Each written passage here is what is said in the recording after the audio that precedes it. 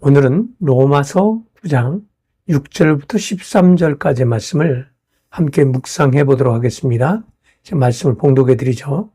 그러나 하나님의 말씀이 폐하여진 것 같지 않도다.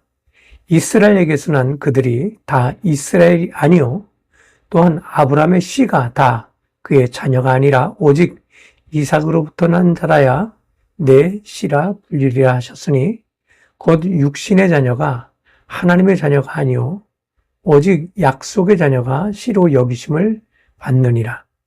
약속의 말씀은 이것이니 명년 이때에 내가 이르리니 사라에게 아들이 있으리라 하심이라.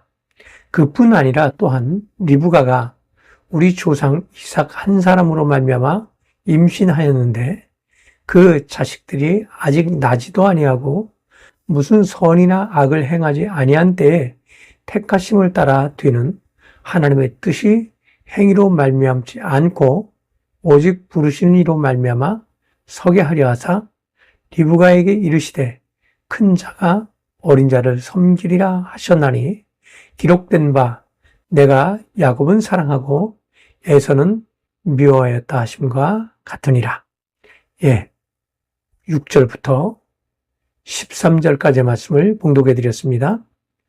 바울은 앞서 이스라엘 백성들이 그리스도를 영접하지 않은 사실에 대해서 안타까움을 말하면서 자칫 그들이 자신들을 향한 하나님의 언약이 폐지되고 버려진 것이 아닐까 하는 의문에 대해서 하나님의 말씀이 폐해진 것 같지 않다고 말함으로써 그들을 위로하고 있습니다.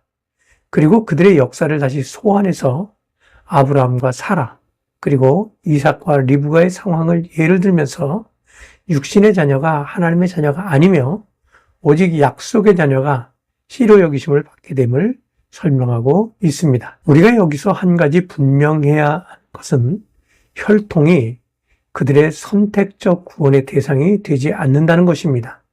아브라함에게는 이삭 말고도 하갈의 아들인 이스마엘과 그들의 아들들도 있었습니다. 그러나 성경은 그들을 하나님의 자녀라고 말하지 않습니다. 오직 약속의 자녀인 이삭만이 하나님의 자녀라고 칭해졌습니다. 이삭의 자녀에게 있어서도 예외는 아닙니다. 이삭에게는 에서와 야곱 두 아들이 있었고 에서는 장자였습니다. 그는 분명히 혈통으로 보면 훨씬 위에 있었던 자였습니다. 그러나 하나님은 야곱을 택하였고 그를 통해서 그분의 나라를 세웠습니다. 그렇다면 바울이 말하고자 하는 것은 무엇일까요? 그것은 하나님의 선택적 구원이 육신에 있지 않고 오직 약속에 있다는 것입니다. 이는 혈통을 중요하게 생각했던 이스라엘 백성에게 있어서는 매우 충격적인 것일 수도 있습니다. 그들은 자신들이 하나님의 선택받은 민족이며 이방인은 구원의 대상에서 제외되었다고 믿는 자들이었기 때문입니다. 하나님의 의지는 분명합니다. 그분은 모든 사람이 구원에 이르기를 원하시는 분이십니다. 그러나 그 구원의 조건이 결코 육신적인 기준에 있지 않다는 사실에 대해서도 생각할 수 있어야 합니다.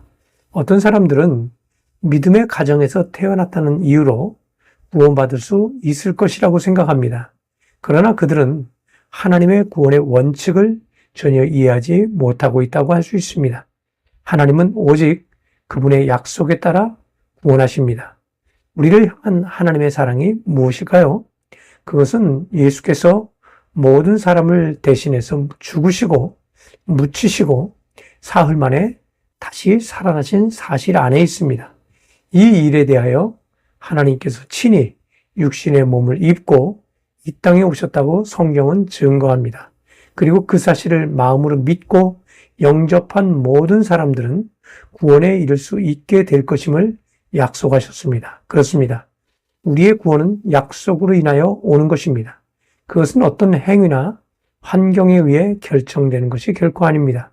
그것은 먼저 하나님의 약속이 있었기 때문에 가능한 것이라고 할 수 있습니다. 이스라엘 백성들은 오해했습니다. 그들은 자신들이 특별한 민족일 것이라고 생각했습니다. 하나님은 언제나 자신들의 편에 서서 일하실 것이라고 믿었습니다.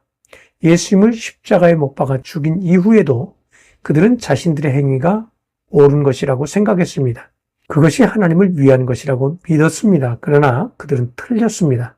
그들은 자신들의 민족성을 의지하기보다 약속의 말씀을 깊이 생각할 수 있어야 했습니다.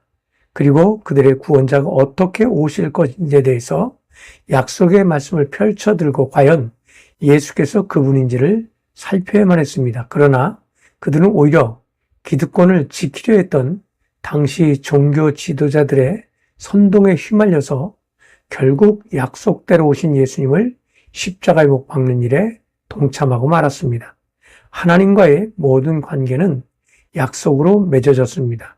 그것은 우리가 하나님의 말씀을 보다 깊이 묵상해야 하는 이유라는 사실을 항상 마음으로 기억하시기를 주님의 이름으로 부탁을 드립니다.